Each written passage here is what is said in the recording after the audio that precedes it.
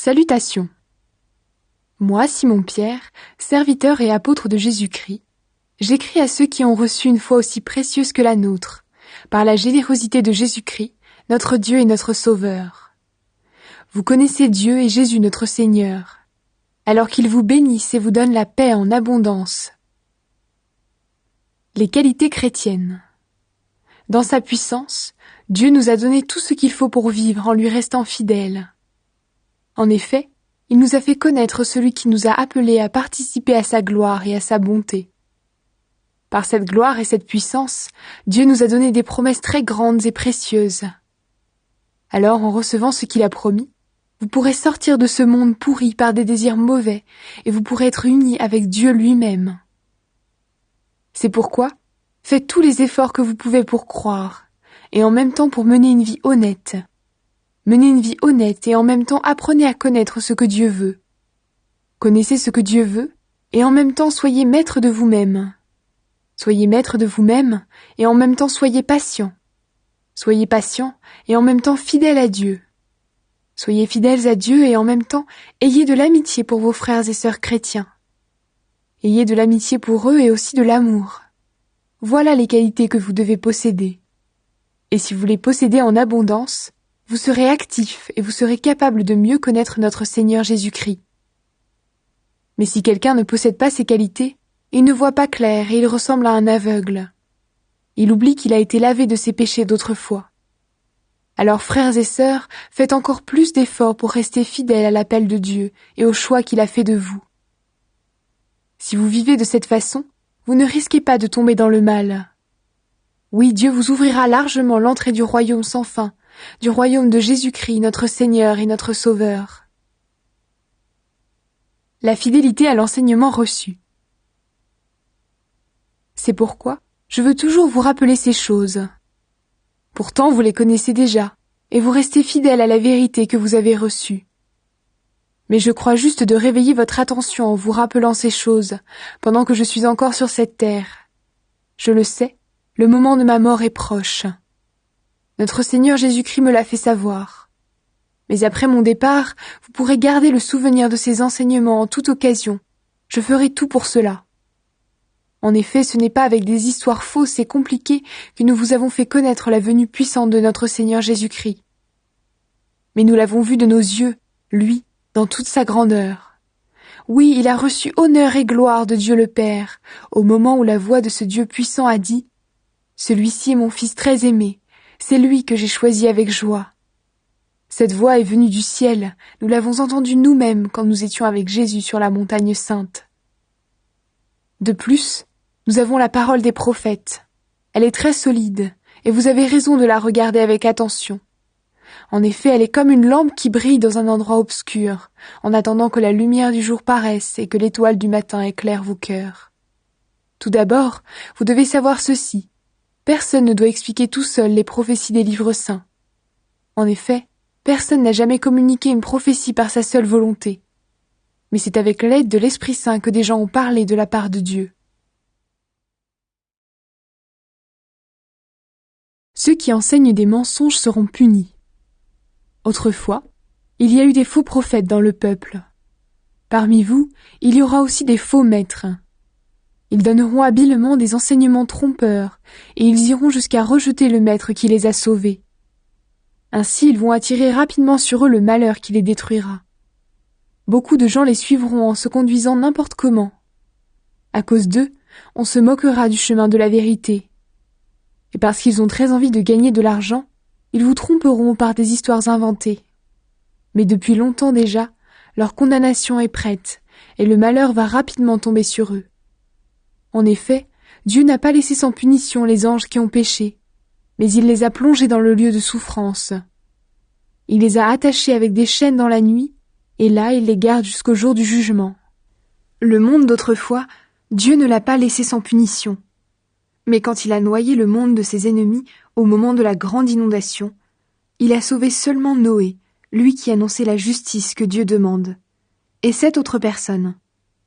Dieu a aussi condamné les villes de Sodome et de Gomorrhe en les détruisant par le feu. Cela devait servir d'exemple aux gens mauvais, pour leur montrer ce qui allait leur arriver.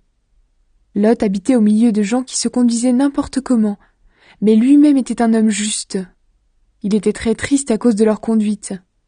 En effet, il les voyait et il les entendait, et jour après jour son cœur d'homme juste souffrait beaucoup de leurs actions mauvaises. Mais Dieu l'a délivré de ces gens-là. Cela montre donc que le Seigneur peut délivrer de la souffrance ceux qui lui sont fidèles. Et il peut garder en réserve les gens mauvais, pour les punir le jour du jugement. Il punira surtout ceux qui suivent les mauvais désirs de leur corps. Ceux-là cherchent seulement à faire des actions impures, et ils méprisent l'autorité du Seigneur. Ces faux maîtres ont trop confiance en eux. Ils sont orgueilleux et ils n'ont pas peur d'insulter les esprits glorieux du ciel. Même les anges ne jugent pas ces esprits, et ils ne les insultent pas devant le Seigneur. Pourtant les anges sont plus forts et plus puissants que ces faux maîtres. Ces gens-là sont comme des animaux sans intelligence, faits pour être pris dans des pièges et pour être tués. Ils insultent ceux qu'ils ne connaissent pas, et ils mourront comme ces animaux. C'est la punition qu'ils vont recevoir pour leurs mauvaises actions. Ils aiment satisfaire leurs désirs mauvais en plein jour. Quand ils font la fête avec vous, ils prennent plaisir à vous mentir et leur présence est dégoûtante et honteuse. Leurs yeux ne font que chercher des femmes. Ils ont toujours envie de commettre des péchés. Ils attirent ceux qui sont faibles. Ce sont des hommes qui cherchent toujours à gagner quelque chose. La malédiction est sur eux. Ils ont abandonné le bon chemin et ils se sont perdus.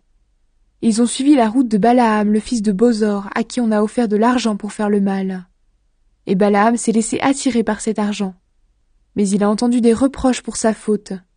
Une ânesse muette s'est mise à parler avec une voix humaine, et elle a arrêté l'action stupide du prophète Balaam. Ces faux maîtres sont comme des sources sans eau, comme des nuages poussés par un vent violent. Dieu leur a réservé une place dans la nuit la plus noire. Oui, avec leurs discours ronflants complètement creux, ils attirent ceux qui viennent à peine d'abandonner la vie avec des gens dans l'erreur. Pour cela, ils se servent des désirs honteux du corps, et ils leur promettent la liberté. Pourtant, eux-mêmes sont esclaves des plaisirs qui les détruisent. En effet, quand une chose nous domine, nous sommes ses esclaves. Ceux qui connaissent Jésus-Christ, notre Seigneur et notre Sauveur, ont abandonné les mauvaises influences du monde. Mais ils peuvent se laisser reprendre et se laisser vaincre par elles. Alors leur situation est finalement bien pire qu'avant. Ils ont connu le chemin qui mène à la justice. Mais ils ont abandonné les commandements de Dieu qu'on leur avait appris. Dans ce cas, il aurait mieux valu qu'ils ne connaissent pas ce chemin. Maintenant, ce qui leur est arrivé montre la vérité de ce proverbe. Le chien mange de nouveau ce qu'il a vomi. Et le cochon qui vient d'être lavé recommence à se rouler dans la boue.